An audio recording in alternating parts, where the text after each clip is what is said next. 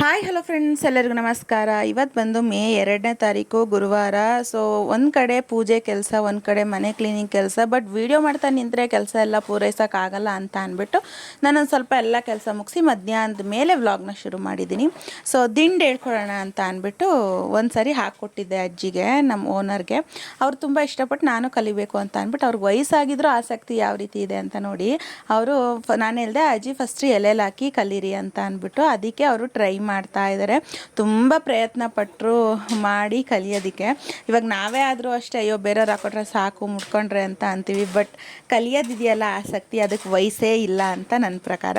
ಇಷ್ಟು ಹಾಕಿದ್ರು ನೀಟಾಗಿ ಕಟ್ ಮಾಡಿ ತೋರಿಸ್ದೆ. ಅದಾದಮೇಲೆ ಅಲ್ಲಿಂದ ಬಂದು ಅಡುಗೆ ಮಾಡೋಣ ಅಂತ ಅಂದ್ಬಿಟ್ಟು ಒಂದು ಪಾಟ್ ಉಪ್ಪು ಸಾಂಬಾರು, ಇವಾಗ ರಸಮ್ ಬಂದಿದೆ ಅಲ್ವಾ, ಆ ಥರ ಮಾಡ್ತಾಯಿದ್ದೀನಿ. ತಿನ್ಕೊಂಡು ನಾವು ಹೊರಟ್ವಿ ನನ್ನ ತಂಗಿ ಮತ್ತು ಪಾಪು ನೋಡೋದಕ್ಕೆ. ಅವನಿಗೆ ಆಟ ಸಾಮಾನು ತಗೊಳ್ಳೋಣ ಅಂತ ಅಂದ್ಬಿಟ್ಟು ನೋಡ್ತಾ ಇದ್ದೀವಿ.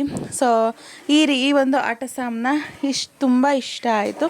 ಸೊ ಅದನ್ನು ಪರ್ಚೇಸ್ ಮಾಡಿ ಅಲ್ಲಿಂದ ಟ್ರೈನ್ ಬಂತು. ಸೊ ನಾವು ಹೊರಟ್ವಿ.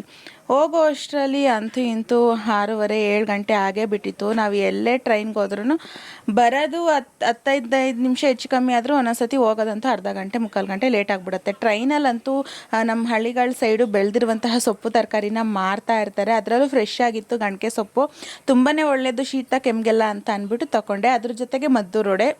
ಸೊ ತಗೊಳ್ಳೋದೇ ನಾವು ಅಪರೂಪ ಮದ್ದೂರು ವಡೆನ ಟ್ರೈನಲ್ಲಿ. ಇವಾಗಂತೂ ಒಂದಕ್ಕೆ 20 ರೂಪಾಯಿ ಮಾಡಿಬಿಟ್ಟಿದ್ದಾರೆ. ಆ ಮದ್ದೂರು ವಡೆ ತಗೊಂಡು ತಿನ್ಕೊಂಡು, ಹಾಗೆ ಕಡಲೆಕಾಯಿ 10 ರೂಪಾಯಿ ಕಡಲೆಕಾಯಿ ತಗೊಂಡು ತಿನ್ಕೊಂಡು ನಾವು ಹೊರಟ್ಬಿಟ್ವಿ. ಇದು ನೋಡಿದ ತಕ್ಷಣ ಎಲ್ಲರೂ ನೀವು ಹೇಳ್ತೀರಾ ಯಾವ ಪ್ಲೇಸು ಅಂತ ಅಂದ್ಬಿಟ್ಟು. ಸೊ ಎಲ್ಲರಿಗೂ ಇದು ಗೊತ್ತೇ ಇರುತ್ತೆ. ಒಂಥರ ಹೇಗೋ ಟ್ರೈನಲ್ಲಿ ಜರ್ನಿ ಅಂತೂ ಮಸ್ತಾಗಿರುತ್ತೆ ಹೋಗೋದಕ್ಕೆ.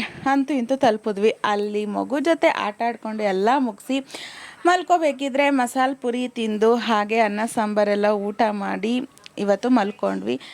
ಅಂದರೆ ರಾತ್ರಿ ಎಲ್ಲ ನಿದ್ದೆನೇ ಮಾಡಿಲ್ಲ. ಇವತ್ತಿನ ದಿನ ಈ ರೀತಿ ಸಿಂಪಲ್ಲಾಗಿ ಇತ್ತು. ನಾಳೆ ಸಿಗ್ತೀನಿ. Okay, bye to all.